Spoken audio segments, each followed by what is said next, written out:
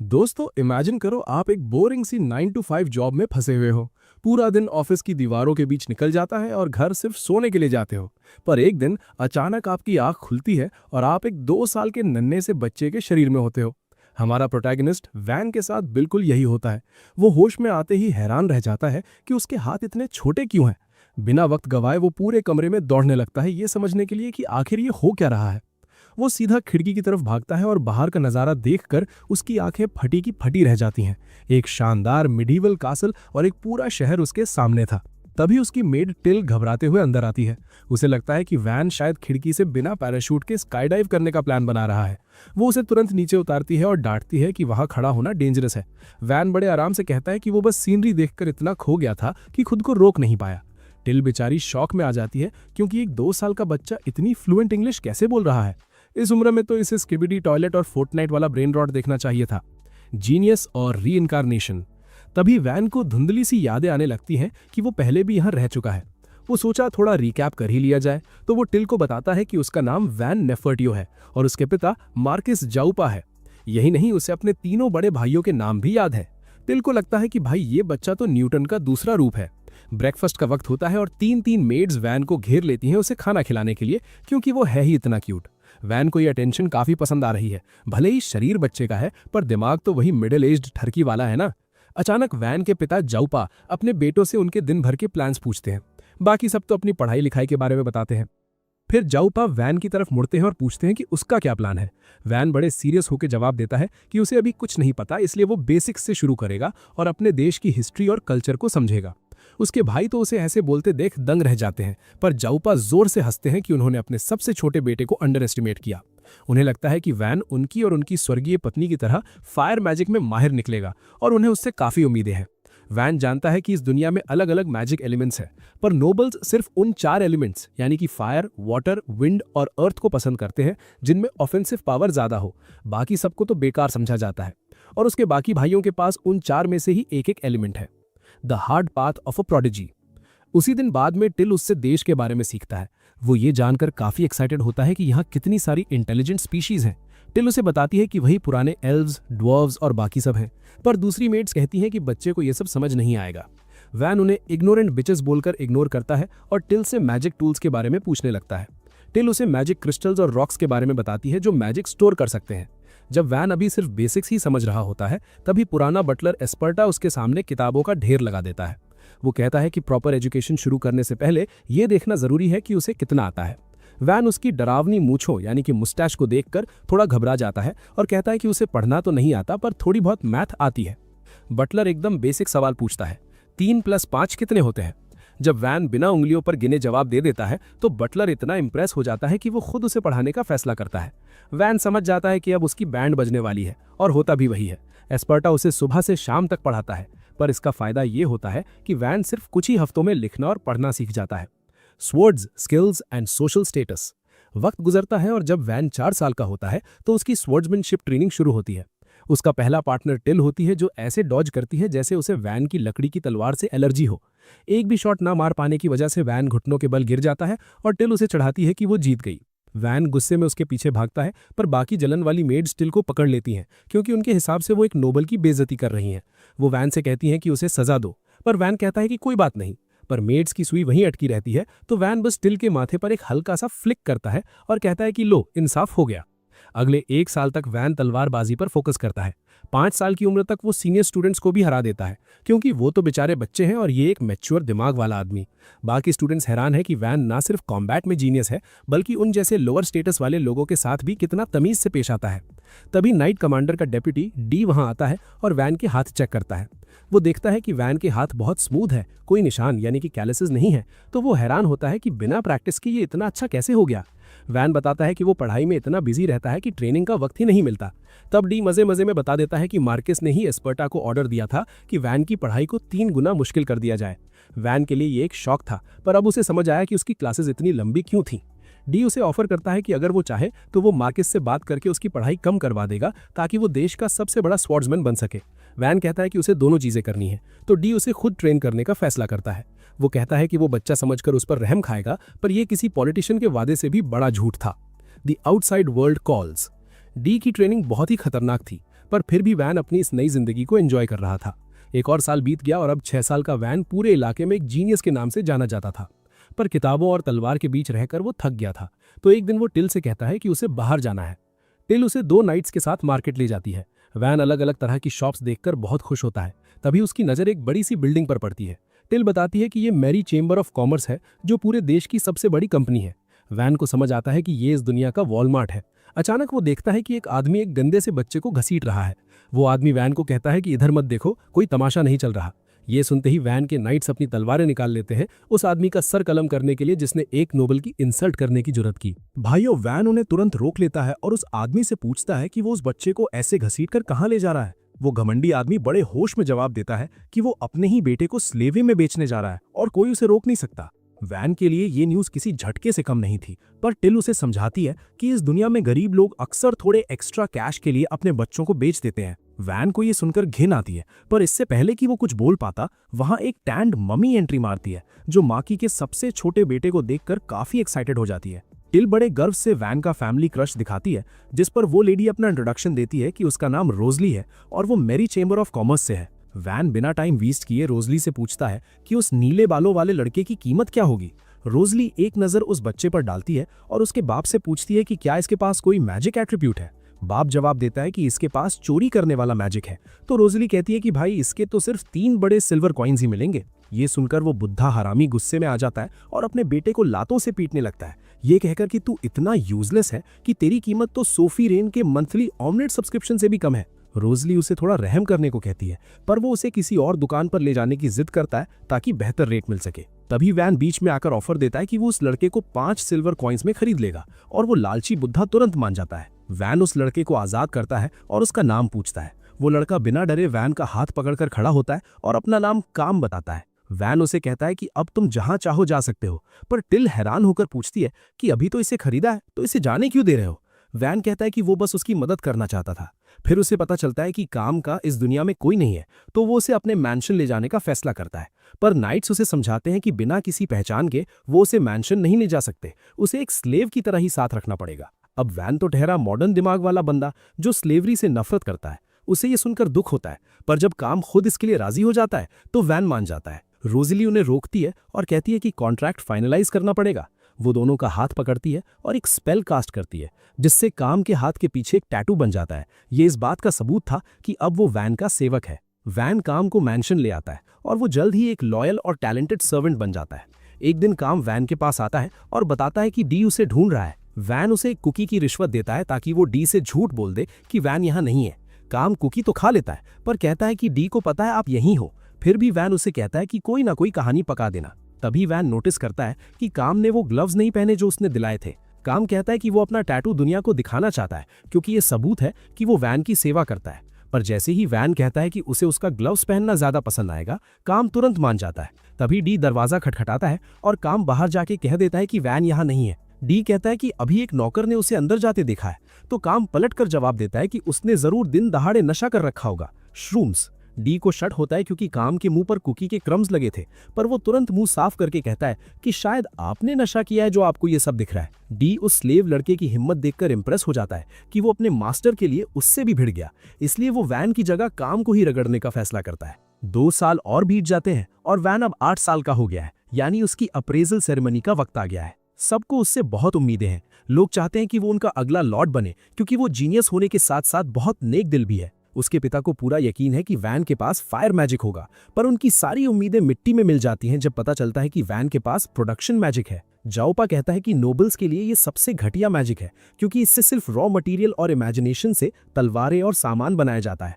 वो कहता है कि ये काम तो बिना मैजिक के भी हो सकता है और किसी नोबल को लोहार यानी ब्लैक स्मिथ बनने की जरूरत नहीं है। जाओपा गुस्से में पागल हो जाता है, क्योंकि वो और उसकी वाइफ दोनों स्ट्रॉन्ग फायर मेजेस थे और वो ये बर्दाश्त नहीं कर सकता कि उनका बेटा इतना कमजोर मैजिक रखे। वो अपनी तलवार निकाल लेता है और कहता है कि उसे ये गलती पहले ही सुधार लेनी चाहिए थी। वैन डर के मारे जम जाता है, पर इससे पहले कि उसके पिता उस पर हमला करे, उसका सबसे बड़ा भाई मीरसिया बीच में आ जाता है। वो सुझाव देता है कि उनके टेरिटरी में एक पिछड़ा हुआ गांव है जो अभी तक डेवलप नहीं हुआ, तो क्यों ना वैन को वहां का लॉर्ड बनाकर भेज दिया जाए।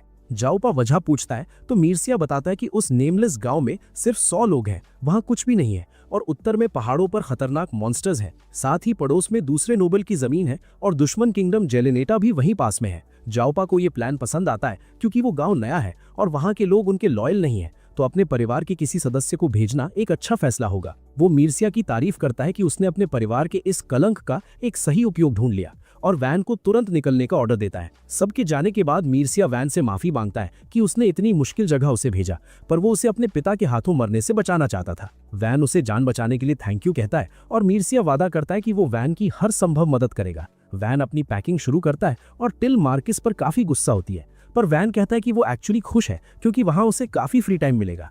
जब सामान कैरेज में लोड हो रहा होता है, वैन सोचता है कि उसके पिता ने उसे कोई नाइट नहीं दिया और मीर्सिया को गार्ड्स हायर करने पड़े।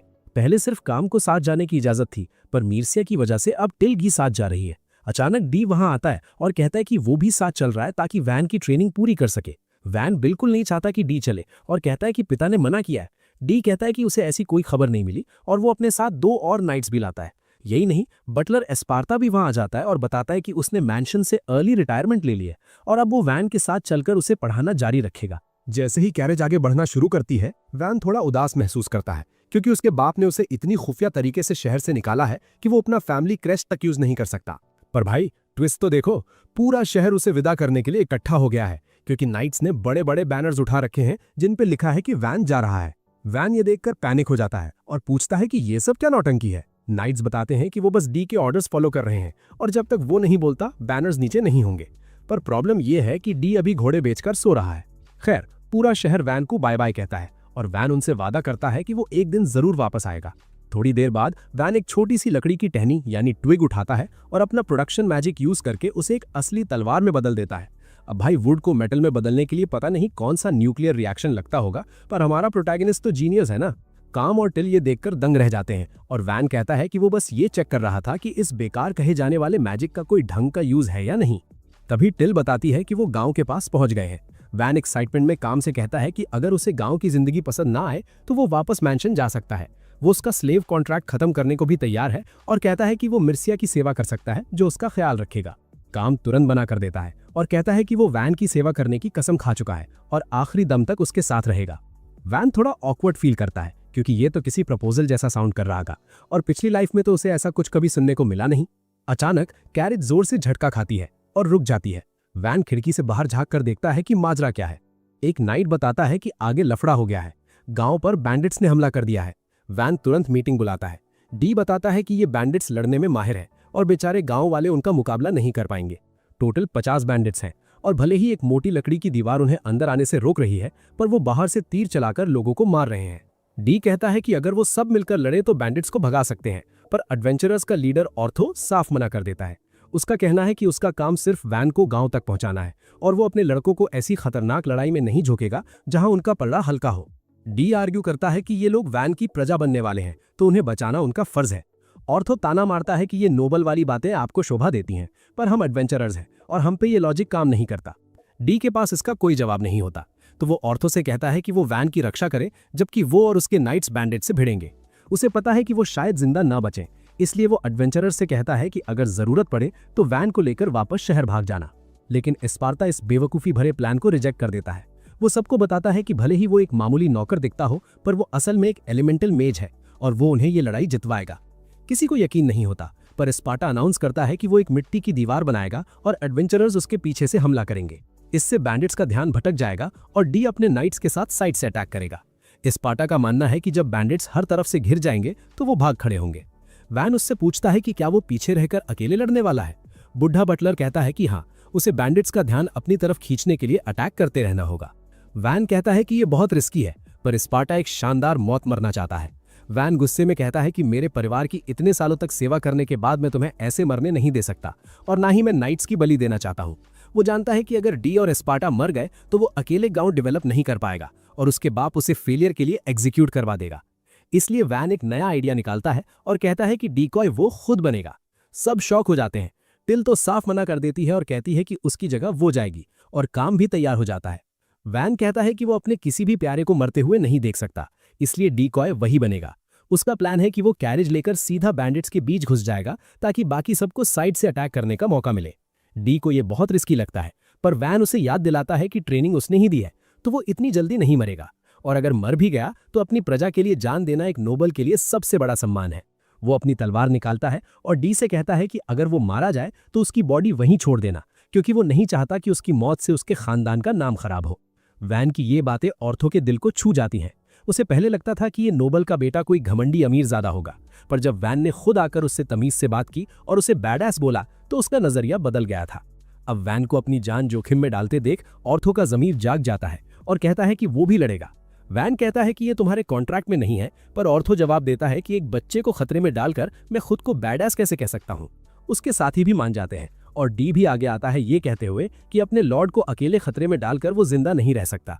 स्पार्टा भी राजी हो जाता है और कहता है कि अगर वैन को लगता है कि जान देना कोई अच्छी स्ट्रैटेजी है तो उसे फिर से बेसिक सीखने होंगे।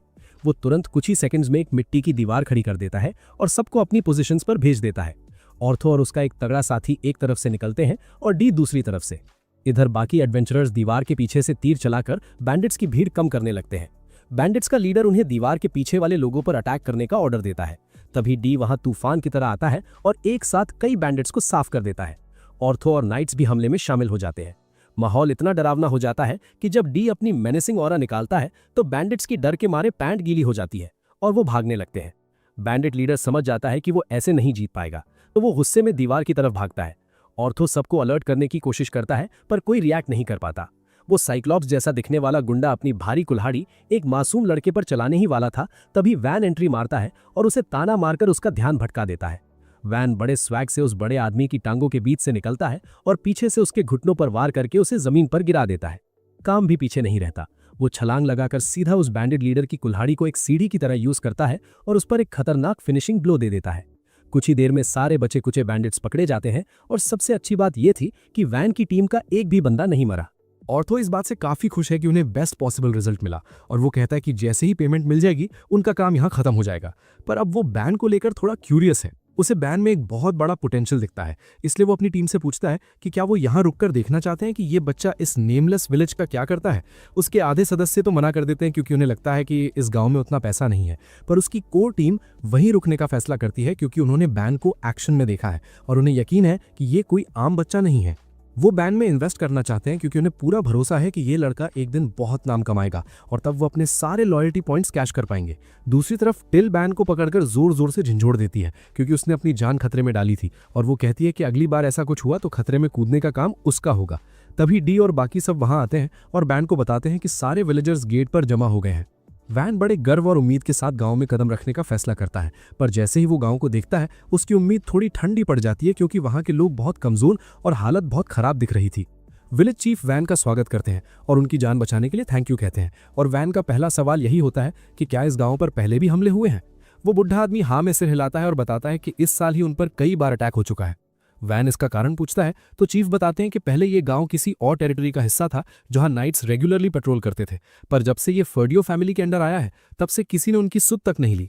वैन इस बात के लिए माफी मांगता है और कहता है कि उसके पिता शायद अभी तक छोटे गांव की वैल्यू नहीं समझते हैं। ये सुनकर विलेजर्स भड़क जाते हैं और चीफ पूछते हैं कि क्या नोबल्स को लगता है कि छोटे गांव बचाने लायक नहीं है क्योंकि वो ज्यादा टैक्स नहीं देते। वैन उन्हें समझाता है कि किसी पर इल्जाम लगाने का कोई फायदा नहीं है और ये सुनकर विलेजर्स और भी गुस्सा हो जाते हैं। वो कहते हैं कि एक नोबल कभी नहीं समझ पाएगा कि उन पर क्या गुजरती है, पर वैन कहता है कि वो यहाँ गाँव के फ्यूचर की बात कर रहा है और यहाँ गुस्सा दिखाना बेकार है। वो कहता है कि गांव की इस हालत के लिए नोबल जिम्मेदार तो हैं, पर असल वजह वो लॉज हैं जो किंगडम के फाउंडर ने लिखे थे। वो कहता है कि सिर्फ कानून को कोसने से कुछ नहीं बदलेगा, उन्हें गांव को बचाने के लिए कुछ अलग करना होगा। पहला रास्ता ये है कि वो कुछ इतना वैल्यूएबल प्रोड्यूस करें कि किंगडम उन्हें इग्नोर ना कर सके। दूसरा रास्ता ये है कि वो इतना पैसा कमाएं कि अपने हिफाजत के लिए मर्सिनरीज हायर कर सके। और आखिरी रास्ता ये है कि वो सब मिलकर गाँव पर काम करें और इसे बेहतर बनाएं। वहां की एक विलेज बैडी कहती है कि उन्होंने भी ये सोचा था, पर उनके पास तो कुछ भी नहीं है। वैन उसे बताता है कि अब हालात बदल चुके हैं क्योंकि उनके पास एक नया लॉर्ड है और वो गांव की रक्षा के लिए सब कुछ करेगा। खैर, विलेजर्स को उस पर भरोसा नहीं होता क्योंकि वो एक बच्चा है, पर जैसे ही स्पर्टा और डी आगे आकर अपना इंट्रोडक्शन देते हैं कि वो फॉर्मर हेड बटलर और नाइट ऑर्डर के वाइस कमांडर रह चुके हैं, विलेजर्स का कॉन्फिडेंस अचानक बढ़ जाता है कि उनका गाँव अब सही हाथों में है। चीफ वैन से पूछते हैं कि क्या उसके पास कोई पावरफुल एलिमेंटल मैजिक है, और वैन तुरंत साफ कर देता है कि वो सिर्फ प्रोडक्शन मैजिक ही कर सकता है, तो वो उससे लड़ाई में ज्यादा उम्मीद ना रखें। ये सुनते ही विलेजर्स फिर से उदास होने लगते हैं और वैन के ईगो को थोड़ी चोट लगती है। तभी एक विलेजर उससे टैक्स के बारे में पूछता है, क्योंकि फिलहाल उनके लिए अपनी इनकम का 30% देना बहुत मुश्किल है। वैन फैसला करता है कि जब तक गांव स्टेबल नहीं हो जाता, टैक्स सिर्फ 10% रहेगा, और ये सुनते ही सब उसे पसंद करने लगते हैं। फिर वैन कहता है कि उन्हें गांव की दीवारों पर काम करना होगा, और वो एस्पर्टा से पूछता है कि जो मिट्टी की दीवार उसने बनाई है वो कब तक रहेगी। बटलर जवाब देता है कि वो सिर्फ थोड़ी देर तक टिकती है, जब तक माना खत्म ना हो जाए, और फिर वो मिट्टी का ढेर बन जाती है। वैन डिसाइड करता है कि वो बाद में एक पक्की दीवार बनाएगा, पर फिलहाल के लिए वो एस्पर्टा को मैजिक से एक दीवार खड़ी करने को कहता है। वो पुराना बटलर तुरंत पूरे गांव के चारों तरफ एक बहुत बड़ी दीवार बना देता है, और ये देखकर सबकी बोलती बंद हो जाती है। इसके बाद वैन कहता है कि उन्हें बैंडिट्स को रोकने के लिए गड्ढे यानी पिट फॉल्स और ट्रैप्स की जरूरत है, और डी कहता है कि ये काम वो संभाल लेगा। फिर वैन विलेजर्स की तरफ मुड़ता है और कहता है कि उन्हें गांव को फिर से खड़ा करने के लिए मिलकर काम करना होगा, तभी इसे एक कामयाब जगह बनाना कोई मुश्किल सपना नहीं रहेगा। इस सब के बाद वैन जंगल जाता है ताकि अपने प्रोडक्शन मैजिक को पूरी तरह से टेस्ट कर सके। वो लकड़ी का एक छोटा सा टुकड़ा लेता है और अपने मैजिक से उसके हर एक इंच को महसूस करता है। फिर वो उस लकड़ी को बहुत बारीक धागों में बांट देता है और उन्हें एक मजबूत पैटर्न में बुनते हुए एक सॉलिड प्राइड क्यूब बना देता है। टिल और काम पूछते हैं कि ये क्या है, तो वैन बताता है कि ये एक नैनो मटेरियल क्यूब है जो बहुत ही ज्यादा मजबूत है। वो ऐसे ढेर सारे क्यूब्स बना देता है और तभी वहां से ऑर्थो और उसके दोस्त गुजरते हैं। वो उन चमकदार आरजीबी क्यूब्स को देखकर क्यूरियस हो जाते हैं। ऑर्थो पूछता है कि क्या वो एक ब्लॉक को काटने की कोशिश कर सकता है। वो एक ब्लॉक को हवा में उछालता है और अपनी पूरी ताकत से उस पर वार करता है, पर वो ब्लॉक पास के एक पेड़ से जा टकराता है और उस पर एक खरोच तक नहीं आती। ऑर्थो को अपनी आंखों पर यकीन नहीं होता, क्योंकि उसका वार पत्थर को भी काट सकता था, पर ये नैनो क्यूब ज्यों का त्यों है। इसके बाद वैन अपने मैजिक के साथ और एक्सपेरिमेंट्स करता है और सूरज ढलने तक ढेर सारे हथियार और सामान बनाता रहता है। टिल पूछती है कि क्या वो थका नहीं है, क्योंकि प्रोडक्शन मैजिक में बहुत माना खर्च होता है, पर वैन एकदम फिट महसूस कर रहा है। वो सोचता है कि उसके पास आखिर कितना माना है, और वो मजाक मजाक में लकड़ी से कटाना बना देता है, क्योंकि जब मैजिक हो तो साइंस और एनर्जी कंजर्वेशन की परवाह कौन करता है। काम की आंखें उस नए तरह की तलवार को देखकर चमकने लगती है, तो वैन उसे वो गिफ्ट कर देता है, और तभी टिल भी उसे उम्मीद भरी नजरों से देखने लगती है। वैन उसे कुल्हाड़ी देता है, पर टिल बिल्कुल खुश नहीं होती, क्योंकि उस पर एक डरावना स्कल डिजाइन था जो उसके क्यूट वाइब के साथ मैच नहीं कर रहा था। रात को जब टिल और काम सो जाते हैं, वैन कैंप फायर के सामने बैठा रहता है। उसे नींद नहीं आ रही। सफर और लड़ाई की वजह से वो थका हुआ महसूस कर रहा है, और उसे गंदा भी लग रहा है, क्योंकि उसने कई दिनों से नहाया नहीं है। वो सोचता है कि उसके सर्वेंट्स भले ही नॉर्मल एक्ट कर रहे हैं, पर वो भी थक गए होंगे, और गांव पर काम शुरू करने से पहले उसे कुछ बेसिक फैसिलिटीज चाहिए। तो अगले दिन वैन एक खुली जगह पर नैनो क्यूब्स का ढेर लगाना शुरू करता है ताकि उनसे घर बना सके। विलेजर्स वहां इकट्ठा हो जाते हैं ये देखने के लिए कि वो क्या कर रहा है, और खुद वैन को भी यकीन नहीं है कि वो इतनी बड़ी चीज बना पाएगा या नहीं। फिर भी वो पूरे फोकस के साथ घर बनाने के हर एक स्टेप और डिटेल पर ध्यान लगाता है। सबसे पहले वो मजबूत पिलर्स खड़े करता है जो छत का पूरा बोझ उठा सकें, और फिर उनके चारों तरफ दीवारें बनाना शुरू करता है। इसके बाद वो डोर्स और विंडोज के साथ और भी रूम्स बनाता है, और आखिर में रूफ डालकर बिल्डिंग को पूरा कर देता है। देखते ही देखते उसका शानदार घर बनकर तैयार हो जाता है, और किसी को यकीन ही नहीं होता कि वैन ने महज कुछ सेकंड्स में एक पूरा मैंशन खड़ा कर दिया है। पर वो खुद बहुत खुश है कि अब उसके पास आराम से रहने के लिए एक ठिकाना है। पूरा गांव और वैन के दोस्त फटी आंखों से उस मैंशन को निहार रहे हैं। उनके मुंह खुले के खुले रह गए हैं, और टिल कहती है कि उसका प्रोडक्शन मैजिक किसी टेरिटरी को चलाने के लिए एलिमेंटल मैजिक से कहीं ज्यादा काम का है। वैन थोड़ा हम्बल बनता है और कहता है कि ऑफेंसिव मैजिक फिर भी बेहतर है, क्योंकि उससे एक नोबल अपनी प्रजा की रक्षा कर सकता है। उसे लगता है कि लोग उस नोबल के अंडर ज्यादा सेफ फील करते हैं, जो बड़े बड़े फायरबॉल्स फेंक सके, ना कि किसी ऐसे बंदे के साथ जो बस एक बड़ा कंस्ट्रक्शन वर्कर बन के रह गया हो। टिल और काम उसकी बात से अग्री नहीं करते और कहते हैं कि वो उसके पिता के शहर के बजाय उसके बनाए हुए शहर में रहना पसंद करेंगे। पर वैन को लगता है कि वो बस उसका पक्ष ले रहे हैं, लेकिन एस्पार्टा का मानना है कि वो सही कह रहे हैं।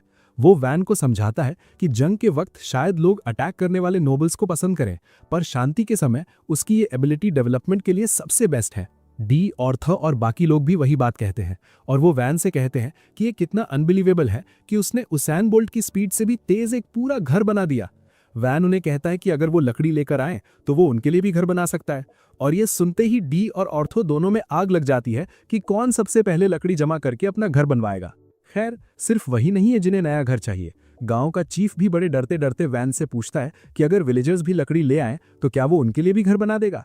विलेजर्स उसे बताने लगते हैं कि उनके घर कैसे टूटे फूटे हैं और वहां रहना कितना मुश्किल है, और वैन को एहसास होता है कि इन सब का रेनोवेशन करना बहुत थका देने वाला काम होने वाला है। मगर वो अपने लोगों को निराश नहीं करना चाहता, और ये सच भी है कि उनके पुराने घर किसी भी पल गिर सकते हैं। वो घर बनाने के लिए राजी हो जाता है, बस शर्त ये रखता है कि उन्हें लकड़ी लानी होगी। और ये सुनते ही सबकी खुशी का ठिकाना नहीं रहता। थोड़ी ही देर में वैन एक साथ पूरा रेजिडेंशियल ब्लॉक खड़ा कर देता है और लोग अभी भी उसके स्किल्स देखकर हैरान हैं। वो कहते हैं कि एक तो इतना बड़ा माना पूल होना अलग बात है, ऊपर से वैन को एक सेटलमेंट का प्रॉपर लेआउट प्लान करना भी आता है। वैन आर्किटेक्चर और डिजाइन के बारे में अपना ज्ञान झाड़ने लगता है और बताता है कि उसने ग्रिड लेआउट यूज किया है, जिसमें हर यूनिट 4 घरों से बनी है और उनके बीच मजबूत और चौड़ी सड़कें हैं। फिलहाल उसने सारे घर एक जैसे बनाए हैं ताकि किसी में लड़ाई ना हो, पर वो प्लान करता है कि आगे चलकर वो इनका रेनोवेशन करेगा जब उनके पास और मजबूत रॉ मटेरियल आ जाएगा। विलेजर्स बहुत एहसानमंद महसूस करते हैं और अपनी थोड़ी बहुत फसल वैन को गिफ्ट के तौर पर देते हैं। इसके बाद वैन अपने मैंशन के पास एक पब्लिक बाथ हाउस बनाता है क्योंकि वो रोज नहाना चाहता है, पर विलेजर्स भी उसे लेकर काफी क्यूरियस है। पिल और वो ग्रीन हेड मेज प्लूरियल वैन को अपने साथ नहाने के लिए कहती हैं, जिसे सुनकर वो घबरा जाता है और उन्हें याद दिलाता है कि वो दिमाग से एक बड़ा आदमी है। लड़कियों को पहले नहाने का मौका मिलता है और प्लूरियल कहती है कि वैन उन बाकी नोबल्स जैसा बिल्कुल नहीं है जिनसे वो मिली है, वो सच में बहुत नेक और समझदार है। टिल तुरंत अपने मास्टर की तारीफें शुरू करती है और जब वो अपनी नई दोस्त को ये सब बता चुकती है तब लड़कों की बारी आती है। वैन और काम पहले अंदर जाते हैं और वैन नोटिस करता है कि डी के साथ रोज ट्रेनिंग करके काम के मसल्स बनने लगे हैं और तभी वहां डी की एंट्री होती है। डी और नाइट्स उसी वक्त बाथ हाउस आ जाते हैं और फिर वो मसल ब्रेन्ड इडियट उस पब्लिक बाथ में ही अपनी भारी भरकम तलवार घुमाने लगता है। नहाने के बाद वैन अपने कमरे में आराम करने जाता है और बेड पर गिर जाता है ये सोचते हुए कि इस थका देने वाले दिन के बाद अब वो सुकून से सो सकता है। अगली सुबह जब उसकी आंख खुलती है तो वो देखता है कि नाइट्स ने रेडर्स से बचने के लिए गांव के चारों तरफ एक खाई खोद दी है और वैन कहता है कि बेस्ट रिजल्ट्स के लिए इसे पानी से भरना जरूरी है। उन्हें पीने, खेती और पब्लिक बाथ के लिए भी पानी चाहिए, इसलिए वैन डिसाइड करता है कि उनकी अगली प्रायोरिटी पानी का एक पक्का जरिया ढूंढना होगा। वो तुरंत पास के एक वाटर बॉडी का मुआयना करता है और फिर एस्पार्टा उस दिशा में एक छोटी सी कैनाल यानी नहर बना देता है। डी और बाकी लोग उस नहर को और चौड़ा और लंबा करने में लग जाते हैं और वैन उनके पीछे पीछे चलता है, अपने मैजिक से दीवारों और नहर के तल को स्टेबलाइज करता है ताकि पानी लीक ना हो। वो देखता है कि डी को सख्त मिट्टी को खोदने में बड़ा मजा आ रहा है और एस्पार्टा कहता है कि 40 साल की उम्र के हिसाब से वो काफी एक्टिव है। काम और नाइट्स भी जी तोड़ मेहनत कर रहे हैं और वैन को लगता है कि नहर पूरी होने में कम से कम 1 हफ्ता लगेगा। फिर भी वो गांव तक पानी पहुंचाने के लिए एकदम जिद्दी है, क्योंकि एक बार बेसिक फैसिलिटीज आ गई तो मर्चेंट्स आना शुरू हो जाएंगे और वो सबका स्टैंडर्ड ऑफ लिविंग सुधार सकेगा। लेकिन लगता है वैन ने अपने वर्कर्स के जोश को थोड़ा ज्यादा ही एस्टिमेट कर लिया है, क्योंकि दिन खत्म होते होते वो गांव के आधे रास्ते तक पहुंच गए हैं। वैन कहता है कि इतना काफी है और उन्हें रुकने को बोलता है, पर डी पूछता है कि प्रॉब्लम क्या है, क्योंकि वो तो अभी और काम कर सकता है। वैन उसे समझाता है कि हर किसी में उसकी जैसी बिग डी एनर्जी नहीं है और बेचारे काम और बाकी लोग तो थककर उनकी मम्मी के फेवरेट टॉय की तरह कांप रहे हैं। डी को एहसास होता है कि हर कोई उसकी तरह सॉलिड नहीं बना है, इसलिए वो दिन भर के लिए ब्रेक लेने पर राजी हो जाता है, भले ही उसके पास अकेले नहर खत्म करने का स्टैमिना बचा हो। अगली दोपहर नहर का काम पूरा हो जाता है और सब लोग रिवर के पास इसके उद्घाटन के लिए जमा होते हैं। वैन एस्पार्टा को गेट खोलने का इशारा करता है और वो एक पत्थर का प्लग तोड़ देता है ताकि पानी टनल में बहने लगे। जब सब लोग उस नहर में पानी को तेजी से बहते हुए देखते हैं जो उन्होंने मिलकर बनाई थी, तो सब जोर जोर से तालियां बजाते हैं और विलेजर्स इतना सारा पानी एक साथ देखकर दंग रह जाते हैं। जल्द ही गांव के चारों तरफ की खाइयां पानी से भर जाती हैं, पर वैन को डर है कि कहीं बारिश होने पर बाढ़ ना आ जाए। वो डिसाइड करता है कि वो गांव के पीछे एक झील खोदेगा ताकि वो सिचुएशन अवॉइड की जा सके, और एस्पार्टा कहता है कि ये सूखे मौसम के लिए एक रिजर्वॉयर का काम भी करेगा। थोड़ी ही देर में बैन और उसके दोस्त मिलकर गांव के पीछे एक शानदार झील यानी लेक तैयार कर देते हैं और पूरा गांव वहां इस नज़ारे को देखने के लिए उमड़ पड़ता है। इतना सारा पानी एक साथ देखकर लोग अपनी खुशी रोक ही नहीं पाते और विलेज चीफ तो बैन का शुक्रिया अदा करते थकते नहीं है, क्योंकि अब उन्हें अपने परिवार के लिए पानी भरने के लिए मीलों दूर पैदल नहीं भटकना पड़ेगा। कुछ दिनों बाद बैन गांव की दीवारों को और ज्यादा मजबूत करने का काम शुरू करता है। वो मिट्टी में पत्थर के टुकड़े मिलाता है और फिर अपने प्रोडक्शन मैजिक का इस्तेमाल करके उन्हें कॉन्क्रीट में बदल देता है। सबको अब पूरा यकीन हो चुका है कि इतनी सॉलिड और तगड़ी दीवार के होते हुए अगर बैंडिट्स ने हमला किया भी तो उनका कुछ नहीं बिगड़ने वाला। लेकिन भाई हमारा बैन अभी भी सेटिस्फाइड नहीं है। वो डिसाइड करता है कि डिफेंसेस को एक नेक्स्ट लेवल पर ले जाना होगा, इसलिए वो दीवार के ऊपर बड़े बड़े बलिस्टे इंस्टॉल कर देता है और उनके आगे मजबूत शीट्स लगा देता है ताकि दुश्मन के रेंज्ड अटैक से सेफ रहकर उन पर पलटवार किया जा सके। बैन बड़ी सादगी से कहता है कि ये तो बस बेसिक सी चीजें हैं, पर बाकी सब उसकी बात से बिल्कुल अग्री नहीं करते, क्योंकि ये दिखने में ही इतने कूल और धमाकेदार लग रहे हैं। सबको लगता है कि अब किसी की हिम्मत नहीं होगी इस गांव से पंगा लेने की, और एस्पार्टा तो यहां तक कह देता है कि इसे गांव कहना ही गलत है, क्योंकि ये तो अभी से एक किसी मजबूत किले फोर्ट्रेस जैसा दिखने लगा है। डी कहता है कि अगर जॉपा को पता होता कि बैन ये सब करने के लायक है तो वो उसे कभी दूर नहीं भेजता और शायद उसे तुरंत अपना अगला वारिस यानी सक्सेसर घोषित कर देता। एस्पार्टा इस बात पर थोड़ा डिसएग्री करता है। उसका मानना है कि जॉपा हमेशा कॉम्बैट एबिलिटीज और लड़ने की ताकत को ज्यादा अहमियत देते हैं और वो बैन के इस अनोखे टैलेंट की कदर कभी पूरी तरह से नहीं कर पाते। दी थोड़ा चिढ़कर आर्ग्यू करता है कि बैन के पास कॉम्बैट स्ट्रेंथ की कोई कमी नहीं है और वो शायद बाहर किसी भी वॉरियर से कहीं ज्यादा ताकतवर है। एस्पार्टा पलटकर जवाब देता है कि बैन की पावर लोगों की हिफाजत करने के लिए तो बेहतरीन है, पर इससे दूसरे इलाकों को जीता यानी कॉन्कर नहीं किया जा सकता। दी इसे अपनी पर्सनल इंसल्ट समझ लेता है और कहता है कि जंग का मतलब सिर्फ ढाल और तलवार का टकराना नहीं होता, उससे कहीं बढ़कर होती है स्ट्रैटेजी। जब बैन देखता है कि ये दोनों बड़े लोग जरूरत से ज्यादा सीरियस हो रहे हैं तो वो बीच में आकर उन्हें रुकने को बोलता है। वो समझाता है कि टैलेंट और उसके इस्तेमाल पर बहस करने से उनका कोई भला नहीं होने वाला और उन्हें बस इस बात पर फोकस करना चाहिए कि जो कुछ उनके पास है उससे अपनी जिंदगी को बेहतर कैसे बनाएं। दी को अपनी गलती का एहसास होता है और वो जोर से हंसने लगता है। वो बैन की बात से सहमत होते हुए कहता है कि बैन जहां भी जाए वो एक शानदार रूलर ही बनेगा। वो पूरे कॉन्फिडेंस के साथ कहता है कि एक दिन बैन का साम्राज्य उसके बाप के इलाके को भी पीछे छोड़ देगा। पर हमारा बैन फिलहाल ब्रेकफास्ट में ज्यादा इंटरेस्टेड है क्योंकि उसे जोरों की भूख लगी है। वो टिल के बनाए हुए ब्रेकफास्ट का मजा लेता है और टिल भी खुश है कि उसे खाना पसंद आया क्योंकि उनके पास इंग्रेडिएंट्स की थोड़ी कमी चल रही है। तब बैन को रियलाइज होता है कि ये तो काफी चिंता वाली बात है और एस्पार्टा उसे बताता है कि गांव की डिफेंस सुधारना तो अच्छी बात है, पर अब उन्हें गांव की कमाई यानी इनकम के बारे में भी सोचना होगा। मर्चेंट्स के अलावा जो महीने में सिर्फ एक बार आते हैं उनका किसी से कोई कनेक्शन नहीं है। बैन जवाब देता है कि वो फर्नीचर और कटलरी का ध्यान तो खुद रख सकता है और विलेजर्स इतनी सब्जियां तो उगा ही लेता है कि सबका पेट भर सके, तो फिलहाल काम चल जाएगा। एस्पार्टा बड़े आराम से अपनी मुंछों से ऑमलेट का एक टुकड़ा साफ करता है और बैन को बताता है कि यहाँ सीजनिंग्स यानी मसालों की काफी कमी है और उनके पास वो इंग्रेडिएंट्स भी नहीं है जिनसे वो बेक डेजर्ट्स बन सकें जो बैन को इतने ज्यादा पसंद है। वैन ये सुनकर एकदम शॉक हो जाता है और तुरंत टिल की तरफ ऐसे मुड़ता है जैसे उसने उसे धोखा दे दिया हो। अब भाई डिजर्ट और मसालों के बिना लाइफ तो बेकार है, इसलिए वो डिसाइड करता है कि वो एक ऐसी स्पेशल इंडस्ट्री सेटअप करेगा जिससे इस गांव में इतना पैसा आए कि सबकी आंखें फटी की फटी रह जाएं। वो तुरंत अपनी टीम से आइडियाज मांगता है, जिस पर काम कहता है कि क्यों ना हमें नैनो क्यूब्स को बेचना शुरू करें क्योंकि ये मटेरियल तो एकदम रेवोल्यूशनरी है। लेकिन वैन तुरंत इस आइडिया को रिजेक्ट कर देता है क्योंकि इन क्यूब्स को सिर्फ वही हैंडल कर सकता है। फिर टिल कहती है कि हम मॉन्स्टर्स का शिकार करके उनके मटेरियल्स बेच सकते हैं, पर वैन इसे भी मना कर देता है क्योंकि ये काम सिर्फ नाइट्स और एडवेंचरर्स ही कर सकते हैं, आम लोग नहीं। एस्पार्टा को लगता है कि इस गांव में कुछ स्पेशल ढूंढना काफी मुश्किल है, तो वैन डिसाइड करता है कि अब उसे अपना दिमाग थोड़ा ज्यादा ही लगाना पड़ेगा।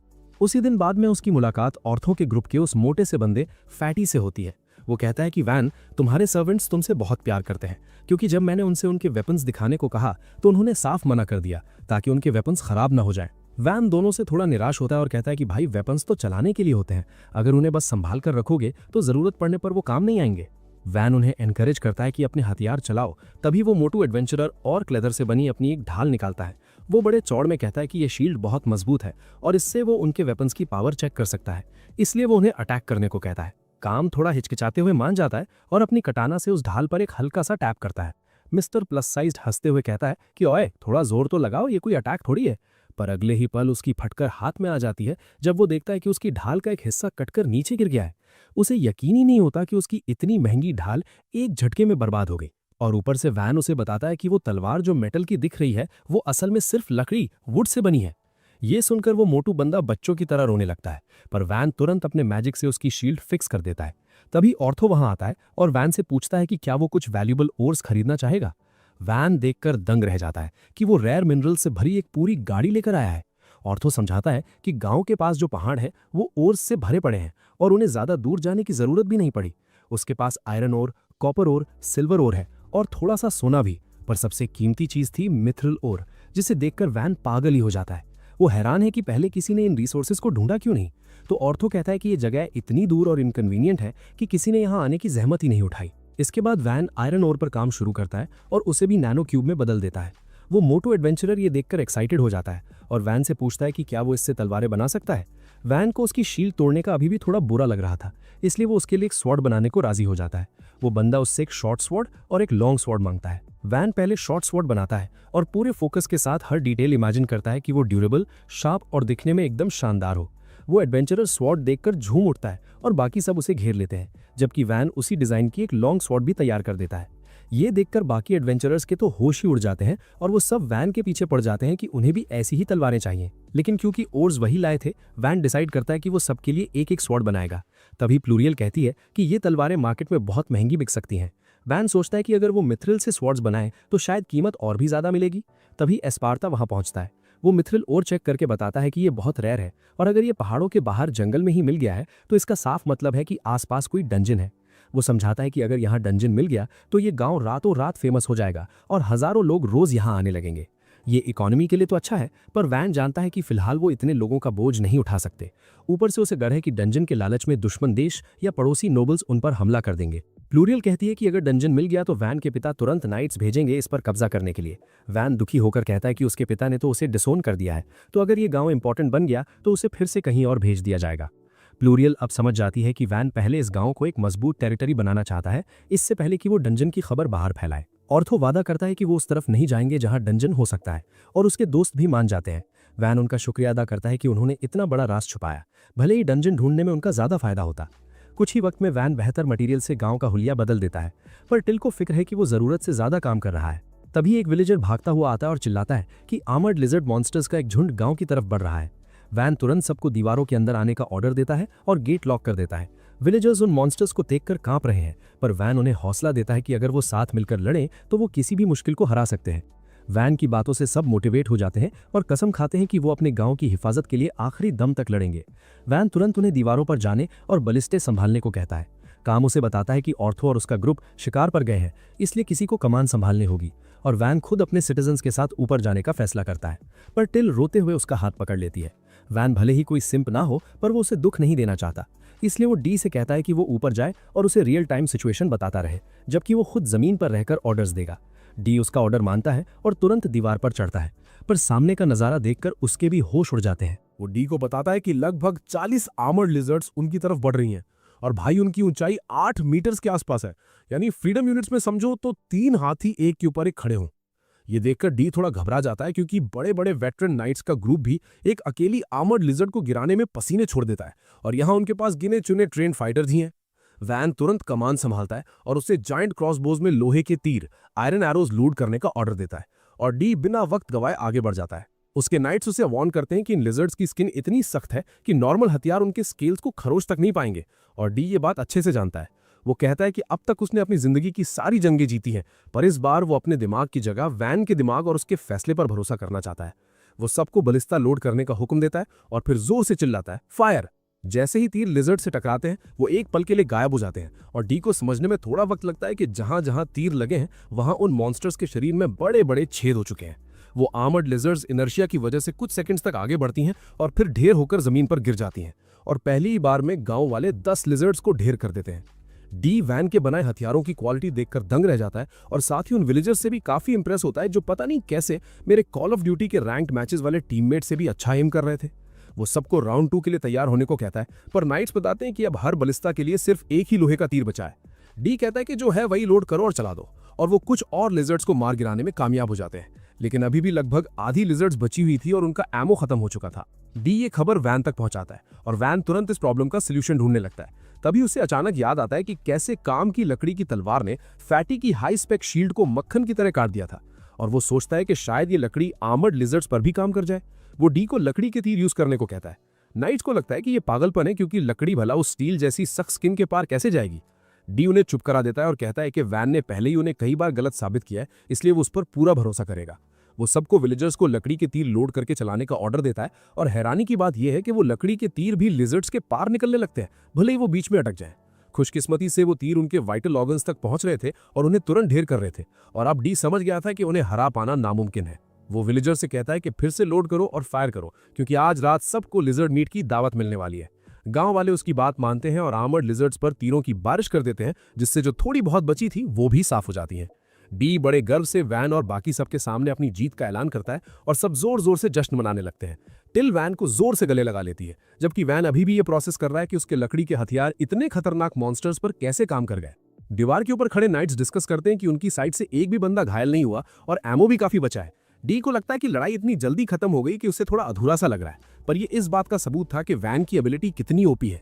थोड़ी देर बाद गांव वाले उन लिजर्ड्स की बॉडीज को प्रोसेस करना शुरू करते हैं ऑर्थो की पार्टी की देखरेख में, जो काफी देर से वापस लौटे थे। ऑर्थो ने बताता है कि आंखें, दांत, खाल और मैजिक कोर को संभाल कर रखो, जबकि मीट को खाने के लिए स्टोर करो। वो कहता है कि आमतौर पर इन लिजर्ड्स को प्रोसेस करने में बहुत वक्त लगता है और मीट खराब हो जाता है, पर वैन के बनाए नाइफ्स की वजह से ये काम मक्खन की तरह हो रहा है।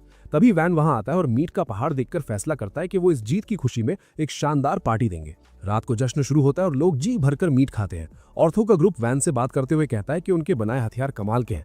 डी ये सुन लेता है और थोड़ा जलकर वैन से पूछता है कि क्या उसने पहले एडवेंचरर्स के लिए हथियार बनाए थे। ऑर्थो और उसके दोस्त अपनी तलवारें दिखा दिखाकर शो ऑफ करने लगते हैं।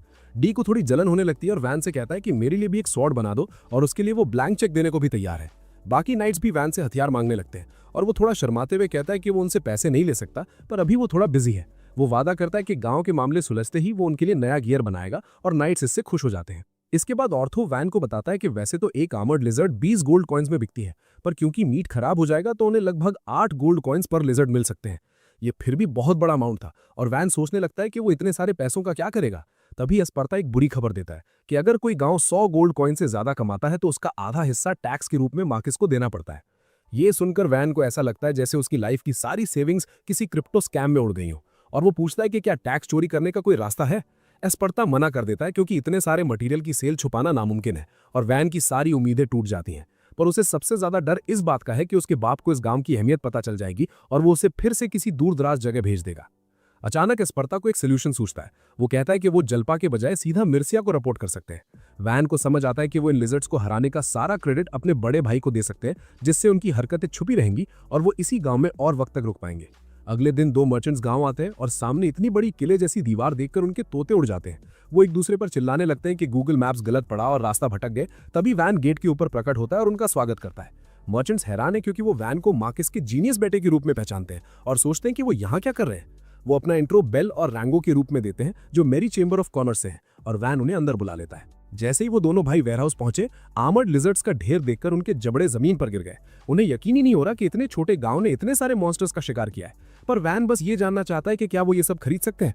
मर्चेंट्स तुरंत हाँ कह देते हैं, पर वैन से 1 महीने का वक्त मांगते हैं क्योंकि उन्हें इस सब की इवैल्यूएशन और ट्रांसपोर्ट के लिए एक पूरी टीम बुलानी पड़ेगी। वैन इस बात पर राजी हो जाता है और उनसे कहता है कि वो थोड़ा मीट फ्री में ले जाएं, क्योंकि अभी उसके पास कोई फ्रिज बनाने की टेक्निक नहीं है और ये सब यूं ही सड़ जाएगा। फिर वो उन दोनों भाइयों को कुछ वेपन्स दिखाता है जो सेल के लिए हैं, और भाई उनकी क्वालिटी देखकर उनके होश उड़ जाते हैं। वो बिना किसी बार्गेनिंग के वैन की मांगी हुई कीमत पर तुरंत मान जाते हैं और वैन उनसे कहता है कि वो इन हथियारों को मार्केट में प्रमोट करें। लेकिन दोनों भाई थोड़ा हिचकिचाने लगते हैं और वैन समझ जाता है कि ये नूब्स खुद को बहुत बड़ा प्रो समझ रहे हैं और सोचते हैं कि वो उसकी स्वॉर्ड्स की ट्रेड पर कब्जा यानी कि मोनोपोलाइज कर लेंगे। वो उन्हें समझाता है कि अगर वो इसे राज रखने की कोशिश भी करें तो भी लोग इस गांव का पता लगा ही लेंगे, क्योंकि उनका रूट फॉलो करना आसान है। ये सुनकर दोनों भाई शॉक हो जाते हैं। तब वैन उन्हें बताता है कि एक और रास्ता है जिससे वो इनसेन प्रॉफिट कमा सकते हैं। वो इस बारे में जानने के लिए एकदम बेताब हो जाते हैं और वैन उन्हें ऑफर देता है कि वो इसी गांव में अपनी एक दुकान खोल लें। दोनों भाई तुरंत इस ऑफर को लपक लेते हैं और वैन के आगे झुककर अपना एहसान जताते हैं। वैन उन्हें कहता है कि वो अभी की अभी अपनी शॉप खड़ी करें। इससे पहले कि उन्हें समझ आए कि वो क्या कह रहा है, वैन उनके लिए उनके सपनों जैसी एक शानदार शॉप बना देता है और कहता है कि वो उनके साथ बिजनेस करने के लिए एक्साइटेड है। कुछ ही देर बाद वैन के पास 2 ऐसे मेहमान आते हैं जिनकी उसने उम्मीद भी नहीं की थी। एक नोबल लड़की है जो लगभग उसी की उम्र की है, और दूसरी एक बैड एस नाइट मॉमी जो उसकी हिफाजत कर रही है। ये नाइट मॉमी पहले से ही काफी जजमेंटल है और ऐलान करती है कि वो पता लगाकर रहेगी कि वैन सच में कोई जीनियस है या बस शो ऑफ कर रहा है। इसी बीच वैन को एस्पार्ता से ढेर सारा होमवर्क मिल रहा है। वो उसे 10,000 लोगों के रहने लायक एक सिटी प्लान करने को कहता है, क्योंकि जिस रफ्तार से गांव डेवलप हो रहा है ये जल्द ही एक शहर बन जाएगा। वो वैन से पूछता है कि उसे कैसा फोर्ट्रेस सिटी चाहिए, ये बताते हुए कि स्क्वायर शेप्ड फोर्ट्रेसेस सबसे कॉमन है। मगर वैन तो ठहरा एक्स्ट्रा। वो कहता है कि उसे एक स्टार शेप्ड फोर्ट्रेस बनाना है, क्योंकि इससे दुश्मनों को उन डिफेंस पॉइंट्स को पार करने में बहुत वक्त लगेगा जो वो किले के चारों तरफ सेट करेगा। एस्पार्ता को ये आइडिया पसंद आता है और वैन की मदद करने लगता है। तभी रेड हेड नाइट कमरे में घुसती है और बताती है कि पड़ोसी फर्डिनांडो काउंटी से एक एमिसरी उनसे मिलने आया है। वैन उन्हें अंदर बुलाता है और वो वही नोबल लड़की और मॉमी नाइट निकलती हैं। वैन उनका स्वागत करता है और वो मॉमी अपना इंट्रो मीरा के रूप में देती है, जो एक नाइट से प्रमोशन पाकर अब एक वाइस काउंटेस बन चुकी है। लड़की थोड़ा नर्वस होकर अपना नाम आर्ट बताती है, जो काउंट फर्डिनांडो की सबसे छोटी बेटी है, और वैन उन्हें बैठने को कहता है। मीरा तुरंत वैन से पूछती है कि उसके हिसाब से वो यहाँ क्यों आई है। वैन बिना डरे कहता है कि वो उसे असेस करने आई हैं, ताकि अगर वो कोई खतरा लगे तो उसे अपनी तरफ कर सकें। ये सुनकर मीरा हंसने लगती है क्योंकि वैन का निशाना एकदम सही था। वो बताती है कि काउंट को लगता है कि मार्किस जाल्पा ने अपने जीनियस बेटे को यहाँ इसलिए भेजा है ताकि वो उनकी टेरिटरी पर कब्जा कर सकें। लेकिन मीरा का मानना है कि वैन को यहाँ इसलिए भेजा गया है क्योंकि उसके पास एलिमेंटल मैजिक नहीं है। वैन सच बोलने का फैसला करता है और बताता है कि एलिमेंटल मैजिक वाली बात सही है, पर वो यहाँ जंग के लिए नहीं आया है, उसे बस उसके बाप ने निकाल दिया है। मीरा को इस बात पर यकीन नहीं आता क्योंकि वैन ने इतने कम समय में गांव को इतना डेवलप कर दिया है। उसे लगता है कि वैन के साथ 5000 सोल्जर्स भेजे गए हैं ताकि इस गांव को एक मिलिट्री बेस बनाया जा सके। वैन ये सुनकर जोर से हंसने लगता है और माफी मांगते हुए मीरा को बताता है कि उसे घर से सिर्फ उसके सामान और काम के साथ धक्के देकर निकाला गया था और कोई उसे बाय कहने तक नहीं आया। मीरा हैरानी से पूछती है कि क्या वो इस बटलर और डेप्यूटी नाइट कमांडर को देखकर हेल्यूसिनेट कर रही है। तब डी बताता है कि वो अपनी मर्जी से वैन की ट्रेनिंग पूरी करने आया है और उसने नाइट कमांडर के वापस आने के ऑर्डर्स को भी इग्नोर कर दिया है। एस्पार्टा भी बताता है कि उसने रिटायरमेंट ले ली है और अब वो हॉबी के तौर पर वैन को पढ़ा रहा है। और टिल कहती है कि वो हमेशा वैन की सेवा करना चाहती है क्योंकि वो हर किसी के साथ तमीज से पेश आता है। लेकिन इतनी तेजी से डेवलपमेंट कैसे हुआ, ये अभी भी एक राज था। तो वैन उन्हें एक डेमो देने का फैसला करता है। वो गांव के बाहर ले जाता है और एस्पार्टा से मिट्टी की एक दीवार बनाने को कहता है ताकि वो उसे एक फोर्ट्रेस ग्रेड वॉल में बदल सके। मीरा बटलर के मैजिक से इंप्रेस तो होती है, पर कहती है कि ये दीवार माना खत्म होते ही ढेर हो जाएगी। वैन तुरंत अपना मैजिक यूज करता है और उस मिट्टी की दीवार को सॉलिड कंक्रीट में बदल देता है और फिर कुछ वुड नैनो क्यूब से गेट तैयार कर देता है। मीरा और आर्ट ये देखकर दंग रह जाती हैं और वैन से उसके मैजिकल एट्रीब्यूट के बारे में पूछती हैं। वो जवाब देता है कि उसके पास प्रोडक्शन मैजिक है जिसे सबसे बेकार समझा जाता है और इसी वजह से उसे यहाँ एग्जाइल किया गया है। ये सुनकर आर्ट को अपनी बदकिस्मती भरी जिंदगी याद आ जाती है। फिर मीरा अपने दूसरे एजेंडा पर आती है। वो वैन को बताती है कि उसे यहाँ आर्ट का रिश्ता यानी कि मैरिज प्रपोजल लेकर भेजा गया है। वैन समझ जाता है कि काउंट अपनी बेटी उसे इसलिए देना चाहते हैं ताकि वो उनकी टेरिटरी पर हमला न करें। वो मीरा से कहता है कि शादी की कोई जरूरत नहीं है क्योंकि वो किसी से झगड़ा नहीं चाहता और वो बस यहाँ एक सुकून भरी जिंदगी बिताना चाहता है।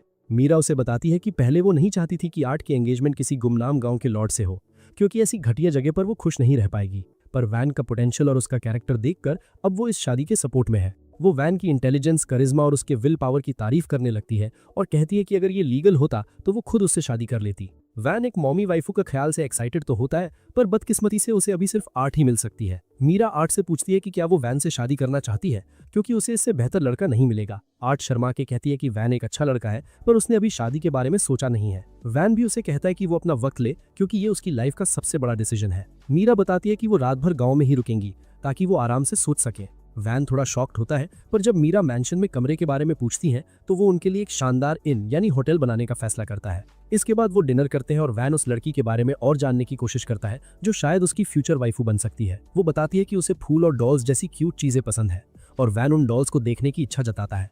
आर्ट खुश है कि कोई उसमें इंटरेस्ट ले रहा है और वो अपनी कैरेज में रखी डॉल्स दिखाने के लिए मान जाती है। बाद में वैन उन्हें इन तक छोड़ने जाता है और मीरा उन दोनों बच्चों को अकेला छोड़ देती है ताकि वो बात कर सकें। आर्ट वैन को नाइस गाय बोलकर अपने कमरे की तरफ भाग जाती है। वैन वापस मैंशन आता है जहां एस्पार्टा उसे समझाता है कि क्योंकि काउंट ने अपनी बेटी को एक नेमलेस विलेज के लॉर्ड से शादी के लिए भेजा है, इसका मतलब है कि उसके पास भी कोई एलिमेंटल मैजिक नहीं है। वैन को रियलाइज होता है कि आर्ट को भी उसकी तरह घर से निकाल दिया गया है और वो डिसाइड करता है कि अगर वो चाहे तो गाँव में रुक सकती है, भले ही उनकी एंगेजमेंट ना हो। अगली सुबह टिल और काम वैन को जल्दी में जगाते हैं और वो गुस्से में उनसे वजह पूछता है क्योंकि वो अपने सपने में सिडनी स्विनी को किस करने ही वाला था। टिल उसे समझाती है कि असल जिंदगी में उसके पास इससे कहीं ज्यादा इंपॉर्टेंट काम है और डी और एस्पार्टा पहले ही मौके पर पहुंच चुके हैं।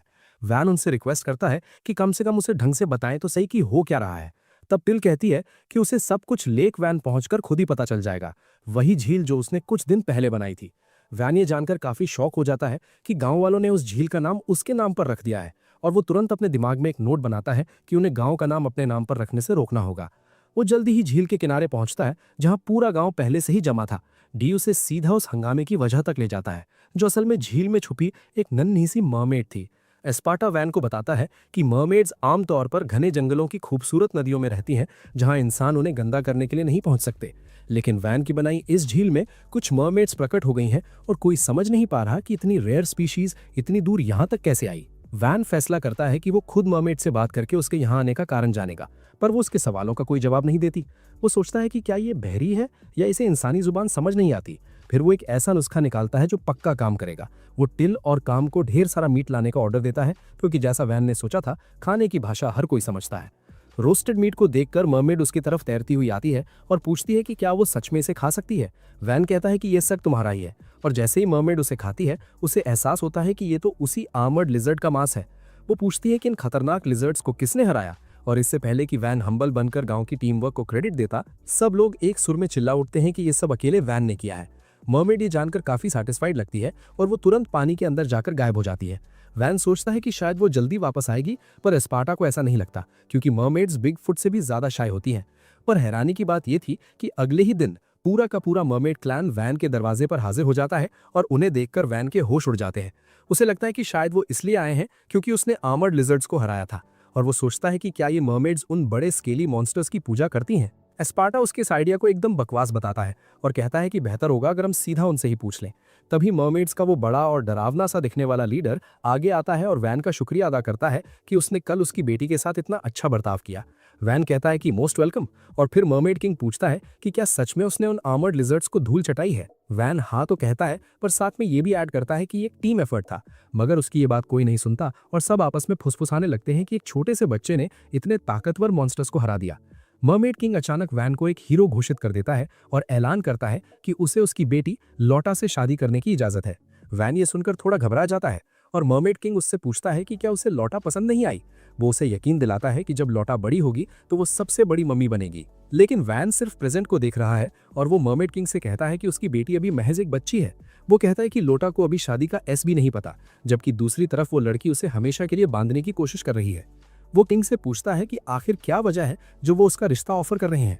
मर्मेड किंग बड़े दुख के साथ जवाब देता है कि उन्हें इंसानों के साथ रहना पसंद नहीं है, पर हाल ही में आर्मर्ड लिजर्ड्स ने उनके इलाके में घुसकर उनके बहुत से लोगों को मार दिया है। इसलिए वो अपनी बेटी का हाथ किसी भी ऐसे हीरो को देने को तैयार है जो उन्हें हरा सके। वैन अब उनका लॉजिक समझ जाता है और उनसे कहता है कि उन्हें अपने लोगों की हिफाजत के लिए बेटी का सौदा करने की जरूरत नहीं है। वो मर्मेड किंग से कहता है कि लोटा को बड़ी होकर अपनी मर्जी से शादी करने दें क्योंकि वो उनकी मदद सिर्फ इंसानियत के नाते करेगा। मर्मेड किंग पूछता है कि क्या उनके लोग इस झील में रह सकते हैं, और वैन तुरंत उन्हें अपने गांव का हिस्सा बनाने के लिए राजी हो जाता है। वो झील के बीचों बीच तुरंत 2 शानदार फ्लोटिंग हाउसेस बना देता है और मर्मेड्स को वहां एकदम घर जैसा फील होने लगता है। तभी एस्पार्टा वैन को याद दिलाता है कि उन्हें सीवेज यानी गंदगी का कुछ करना होगा, और ये सुनकर मर्मेड किंग थोड़ा क्यूरियस हो जाता है। वैन उन्हें अपने गांव की आर्किटेक्चर समझाता है कि कैसे वो एक जॉइंट फ्लश सिस्टम यूज करके सारा कचरा सीवर्स के रास्ते दूर भेज देते हैं। मर्मेड किंग मदद का ऑफर करता है क्योंकि उसके लोग वाटर बेंडिंग में माहिर हैं और उनकी वजह से वैन का काम बहुत आसान हो जाता है। मर्मेड किंग कहता है कि सीवेज फ्लशिंग का काम अब से उनका है क्योंकि एक सेफ जगह के बदले वो कम से कम इतना तो कर ही सकते हैं। तभी वहां आर्ट और मम्मी मीरा पहुंचती हैं और मर्मेड्स को देखकर उनके होश उड़ जाते हैं। मर्मेड किंग अचानक वैन को अपना दामाद कहकर पुकारता है और मदद के लिए थैंक यू कहता है, जिसे सुनकर दोनों इंसान लड़कियां शॉक हो जाती है। मीरा वैन से पूछती है कि क्या उसने मर्मेड से शादी कर ली, जबकि लाइन में पहला नंबर 8 का था। इससे पहले कि वैन ये कंफ्यूजन दूर करता, लोटा बड़े गर्व से ऐलान कर देती है कि वो वैन की पत्नी है। इस वजह से वैन और आर्ट के बीच माहौल थोड़ा गर्म हो जाता है, इसलिए वो अगले दिन उसे बोटिंग सेशन पर बुलाता है ताकि मिसअंडरस्टैंडिंग क्लियर कर सके।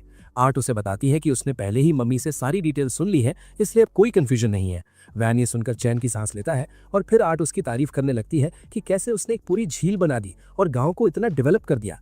तभी लोटा वहां वैन को ग्रीट करने आती है और जब वो उसे किसी दूसरी लड़की के साथ देखती है तो वो जलने लगती है क्योंकि उसके दिमाग में तो वैन उसका पति बन चुका है। अचानक ढेर सारे मर्मेड बच्चे भी बोट के पास आ जाते हैं और वैन को मीट लॉर्ड कहकर पुकारने लगते हैं। वो मस्ती में बोट को इतना जोर से हिलाते हैं कि आर्ट अचानक फिसलकर वैन के ऊपर गिर जाती है। बच्चे सीन को बड़े मजे से देखते हैं। आर्ट नर्वस हो जाती है, पर लोटा और भी ज्यादा जेलस हो जाती है। वो फिर से वैन से पूछती है कि अजनबी लड़की उसके पति के साथ क्या कर रही है। वैन उसे याद दिलाता है कि उसने उसके पिता का ऑफर ठुकरा दिया था, इसलिए उनकी एंगेजमेंट तक नहीं हुई है। लोटा बस मुंह फुलाकर पानी के अंदर चली जाती है और बाकी मर्मेड बच्चे वैन पर चिल्लाने लगते हैं कि उसने उनकी प्रिंसेस को रुलाया है। वो बोट को इतना जोर से हिलाने लगते हैं कि आर्ट डर के मारे वैन को कस के पकड़ लेती है। वैन उन बच्चों को मीट की रिश्वत देने की कोशिश करता है, पर वो बिल्कुल नहीं मानते। बाद में खुद मर्मेड किंग वैन का सामना करने आता है और वैन बेचारा उसके सख्त एक्सप्रेशन को देखकर थर थर कांपने लगता है। मर्मेड किंग कहता है कि उसने लोटा से सुना है कि वैन किसी और लड़की के साथ फ्लर्टिंग कर रहा है, जबकि उसकी शादी पहले ही तय हो चुकी है। आर्ट ये सुनकर डर जाती है, पर वैन तुरंत साफ कर देता है कि उसने लोटा से शादी के लिए कभी हाँ नहीं बोला। लेकिन भाई मर्मेड किंग लॉजिक सुनने के मूड में बिल्कुल नहीं है। वो ऐलान कर देता है कि मरफोक और वैन के लोगों के बीच एक तगड़ा कंपटीशन होगा। अगर मर्मेड्स जीत गईं तो वैन को ऑफिशियली लोटा के साथ अपनी शादी कबूल करनी पड़ेगी। वैन मना करने ही वाला होता है कि तभी डी अचानक उसकी तरफ से चैलेंज एक्सेप्ट कर लेता है। डी वैन से वादा करता है कि नाइट ऑर्डर का डेप्यूटी कमांडर होने के नाते वो उसे पक्का जीत दिलवाएगा। यहां तक कि एस्पार्टा भी पहली बार डी से अग्री करता है, ये कहकर कि जितनी जल्दी ये लफड़ा खत्म हो, वैन के पास अपनी पढ़ाई के लिए उतना ही ज्यादा वक्त बचा रहेगा। मम्मी मीरा भी वहीं पास थीं और वो भी इस आइडिया को थम्स अप दे देती हैं। वैन कहता है कि अगर वो हार गया तो उसे तुरंत शादी करनी पड़ेगी, पर टिल और काम उसे भरोसा दिलाते हैं कि उसके हारने का तो सवाल ही पैदा नहीं होता। उसे समझ नहीं आता कि डी को हर वक्त उसकी लाइफ में इतना इंटरफेयर करने से कैसे रोके, और आखिर में वो इस कंपटीशन के लिए मान जाता है। मर्मेड किंग कहता है कि फेयर रहने के लिए हम 3 इवेंट्स करेंगे, और वो वैन को पहला इवेंट चुनने का मौका देता है। अब देखो, बजाय कुछ ऐसा चुनने के जहां उसका क्लियर एडवांटेज हो, वैन वाटर पोलो का गेम चुनता है। ये दोनों साइड्स के लिए बराबर का मुश्किल होने वाला था, क्योंकि किसी को आइडिया ही नहीं था कि इसे खेलते कैसे हैं।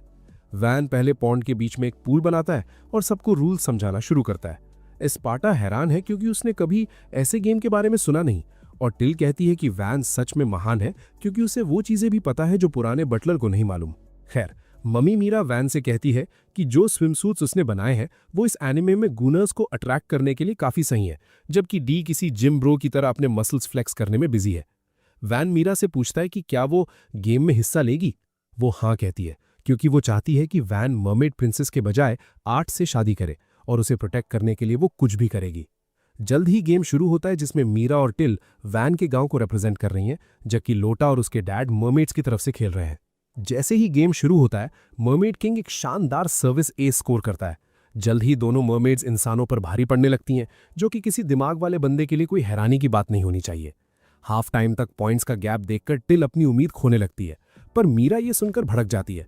वो पूछती है कि क्या वैन के लिए उसकी लॉयल्टी इतनी कमजोर है जो एक छोटे से चैलेंज से हार मान लेगी। उसके वर्ड्स टिल में एक नई आग भर देते हैं, और सेकंड हाफ में वो दोनों मिलकर मर्मेड से पॉइंट्स वापस छीनने लगती हैं। एक खतरनाक सेकंड हाफ के बाद दोनों टीम्स मैच पॉइंट पर पहुंच जाती हैं, और सब कुछ अगले पॉइंट पर टिका होता है।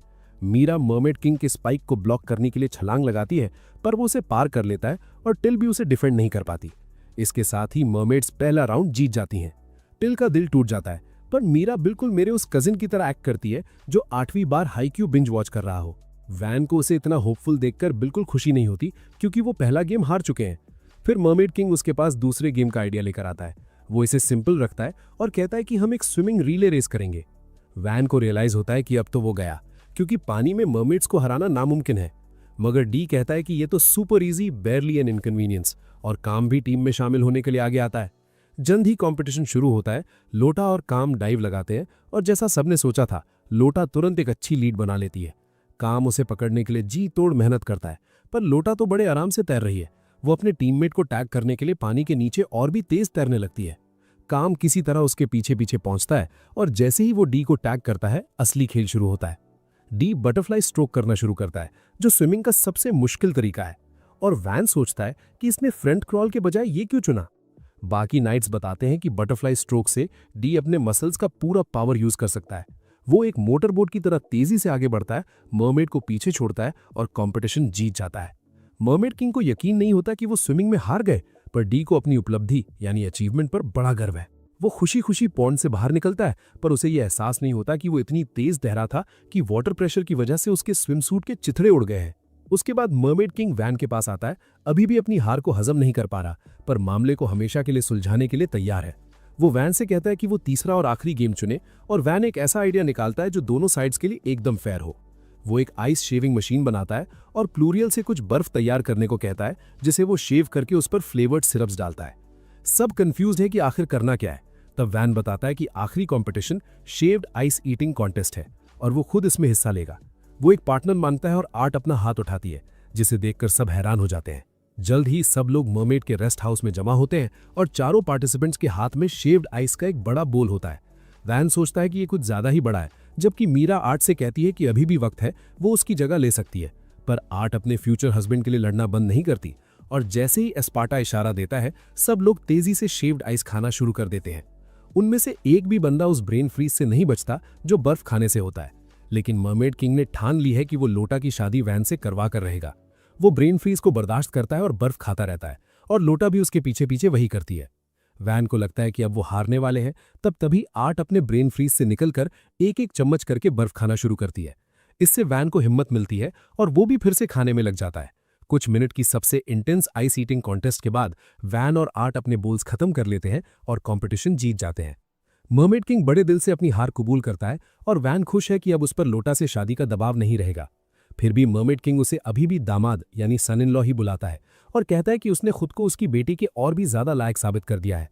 वो ये कहकर अपने घर चला जाता है और बेचारा वैंस सोच में पड़ जाता है कि भाई अगर रिजल्ट्स यही रहने थे तो इस कंपटीशन का मतलब क्या था। तभी जरूरत से ज्यादा बर्फ खाने की वजह से वॉन के पेट में दर्द शुरू हो जाता है और सब लोग उसके चारों तरफ इकट्ठा हो जाते हैं उसका हालचाल पूछने के लिए। दूसरी तरफ मीरा आर्ट से कहती है कि उसने बहुत अच्छा काम किया, पर आर्ट बस दूर से वॉन को निहाल रही है जो अपने लॉयल दोस्तों से घिरा हुआ है। वो सोच में पड़ जाती है कि आखिर वॉन को इतना सारा प्यार और अटेंशन कैसे मिलता है, क्योंकि उसे तो बचपन से ही हमेशा निग्लेक्ट किया गया है। जब वो छोटी थी उसके पिता हमेशा अपने काम में बिजी रहते थे और उनके पास उसके लिए बिल्कुल वक्त नहीं था। उसकी माँ को भी बच्चा पालने में कोई इंटरेस्ट नहीं था, इसलिए उन्होंने आर्ट को एक नैनी के भरोसे छोड़ा और खुद यूरोप में बैकपैकिंग करने निकल गई। जैसे जैसे वो बड़ी हुई किसी ने उस पर ध्यान नहीं दिया, क्योंकि वो थोड़ी डरपोक और दिमाग से थोड़ी हल्की बॉर्डरलाइन डम थी। उसके पास सिर्फ एक ही अच्छी चीज थी, उसका मैरियनेट मैजिक, जिससे वो पपेट्स को एकदम परफेक्टली कंट्रोल कर सकती थी। आर्ट को लगा था कि वो इससे अपनी माँ को इम्प्रेस कर पाएगी, पर वो बहुत बड़ी गलतफहमी में थी। उसकी माँ ने उसे इम्प्रेस होने के बजाय एक थप्पड़ जड़ा और उसे हमेशा के लिए छोड़ दिया, क्योंकि नोबल्स की नज़र में मैरियनेट मैजिक सिर्फ बेकार ही नहीं बल्कि बुरा यानी ईविल समझा जाता था। उसके बाद सबने उसे इग्नोर करना शुरू कर दिया और जब वो 10 साल की हुई तो उसके बाप ने उसे गुमनाम गांव के लॉर्ड से शादी करने के लिए भेज दिया। वो काफ़ी परेशान थी, पर वॉन तो एक बहुत ही नेक दिल इंसान निकला। भले ही उसके पास एक यूजलेस मैजिक था, फिर भी वो पूरे कॉन्फिडेंस के साथ रहता था और हर कोई उससे प्यार करता था। वॉन को देखकर आर्ट अब फैसला करती है कि वो अपनी पपेट्री मैजिक की और भी ज्यादा प्रैक्टिस करेगी ताकि एक दिन लोग उसे उसके हुनर के लिए पसंद करें। अगले दिन वॉन विलेजर्स को कुछ नए कंस्ट्रक्शन वर्क के लिए इकट्ठा करता है और रात को एक शानदार बारबेक्यू पार्टी का लालच देकर उन्हें पूरा हाइप कर देता है। तभी आर्ट वहां उसे ग्रीट करने आती है और पूछती है कि क्या वो उसे काम करते हुए देख सकती है, क्योंकि वो भी वॉन की तरह बनना चाहती है। पर दोस्तों, ये कहानी अब यहीं खत्म होती है और ये वीडियो भी। याद से इस वीडियो को लाइक करें और चैनल को सब्सक्राइब जरूर कर देना। देखने के लिए शुक्रिया। क्या आर्ट अपनी पपेट्री मैजिक से सबका दिल जीत पाएगी? अगर आप अगला पार्ट देखना चाहते हैं तो मुझे जरूर बताएं।